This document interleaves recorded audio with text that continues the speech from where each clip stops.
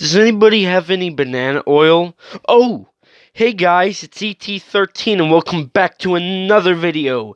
Today we are doing the very first episode of my list of Godzilla movies from worst to best. And for the people that didn't watch my channel update, it is Godzilla City on the Edge of Battle. And just a quick disclaimer, this is all my opinion, so I would be glad to hear your thoughts and views on this movie in the comments below.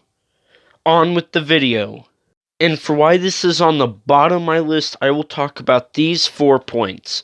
1. The characters.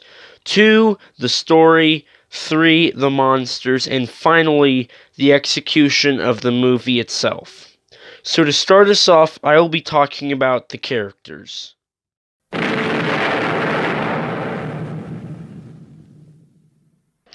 The reason why I dislike the characters in this movie is they're all cardboard characters. I can name you 2 characters. There's Haruo, and then there's Steve Martin. I don't even know if that's his actual name, but it's something referencing Steve Martin. And I would consider myself a hardcore Godzilla fan. And to not know the characters in a Godzilla movie is very disappointing, because I really like to learn about these characters and at least get some sort of development for them. Now, I know, I'm a huge defender of this. People are saying 2019 has not very good character development. Well, when you go to a Godzilla movie, you comment down below what you'd go to a Godzilla movie for. But I go to see monsters fight each other and buildings get demolished. I don't go to see Oscar nominee character development and storyline. And it's kind of sad whenever there's only about 4 minutes, maybe 5 minutes of Godzilla in the movie as well, but we'll get to that. But anyway, the characters aren't very well developed. Like, Haruo hates Godzilla because he killed his family, and that's it. I can't tell you anything else. Then you have your 2 alien species, the Bilisaludo and the Exif, but that's all I can remember. There's not a whole lot to this story or this movie. But anyway, on to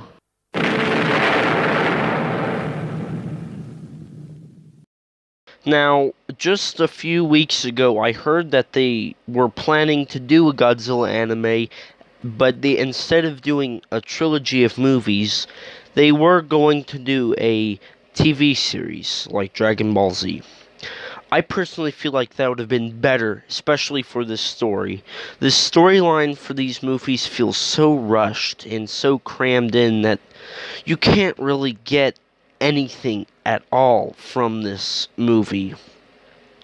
But, I mean, with what the people that made this had, it's not horrible, but really, all I can tell you is, it's the same storyline from the first one. There's, Haruo hates Godzilla.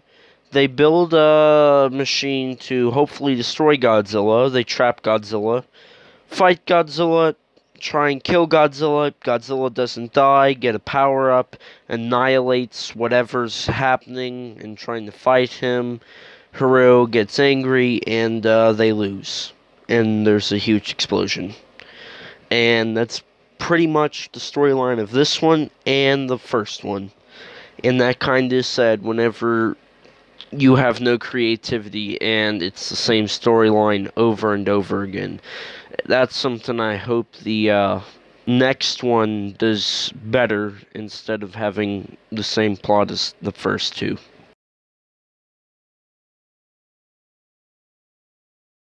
Whenever I watched it, the way they executed Mechagodzilla was an atrocity. They had built up, prior to the release of the movie, the year of Mechagodzilla, putting out action figures, him on the posters, everywhere. Just Mechagodzilla, Mechagodzilla, Mechagodzilla. And before that movie came out, you had Ready Player One. Ready Player One also had Mechagodzilla. And if I had to compare the two, Ready Player One blows anime Mechagodzilla out of the water 100%. I mean, there's no competition. Ready Player One Mechagodzilla was amazing. This one, not really. He was in the movie maybe 5 seconds as a dead body, I guess. I mean, he did more in the first one than he did in the second one, which was supposed to be him and Godzilla. I was excited to see how they were going to execute Mechagodzilla through an anime perspective. They can do so much more using an anime than a live action suitmation. Another thing was the design of Mechagodzilla. If you put an image of that Mechagodzilla up to, I don't know, Mechagodzilla 2 from 1993, and you walked up to a person, held out these two images to them, and said, which one of these is Mechagodzilla? They would not point at the thing from the anime movie. They'd say, I think that's Mechagodzilla, and it would be Mechagodzilla 2. Mechagodzilla in the anime trilogy is so unrecognizable, I couldn't even tell if that was Mechagodzilla. Had I not been told by other people, probably wouldn't have thought, oh hey, that's Mechagodzilla.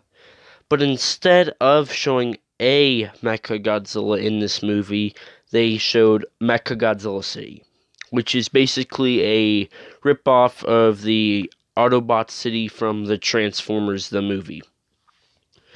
And they could have done something like that and not even brought up Mechagodzilla. The Godzilla also, when they executed Godzilla in this movie, I felt like wasn't good. When I go to see a movie, I expect at least 10 minutes of Godzilla. The anime trilogy so far has given me less than 10 minutes of Godzilla in 2 movies. I mean, when he's on screen, he moves maybe 4 inches on the screen, maybe a foot steps down, and then it cuts to our human characters that I have no care about. Now, whenever the third one comes out, I'm hoping that there's more than 5 minutes of Godzilla. I'll be happy if they put 7 minutes of Godzilla versus King Ghidorah. Now, please don't put any spoilers if you've heard them. I'm trying to be surprised when I see this movie in a week or two.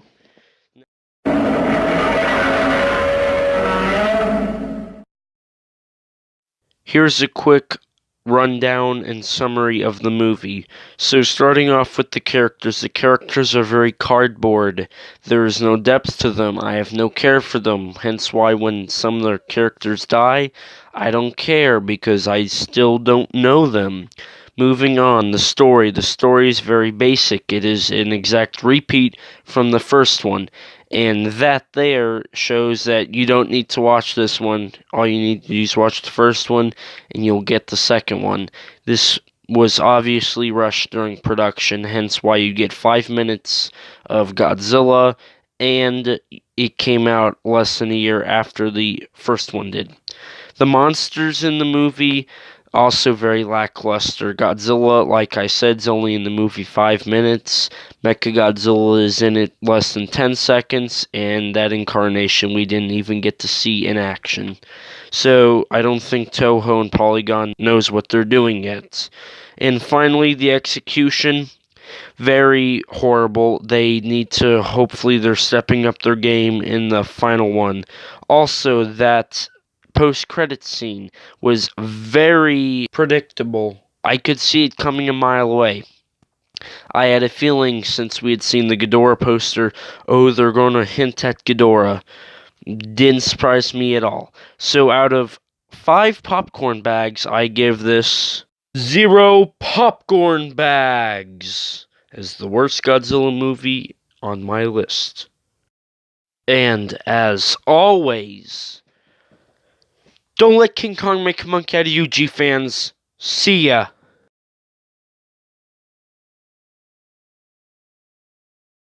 But The word I would describe best for Godzilla, City on the Edge of Battle, is useless.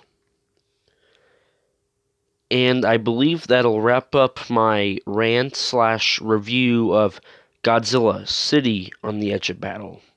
Hey, thanks for waiting until thanks for watching Thingamabobber scrolled up. Here's a sneak peek at next week's video. Roll the clip. これは何だ。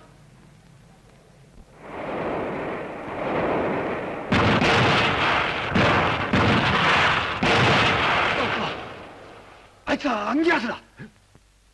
アンギラス。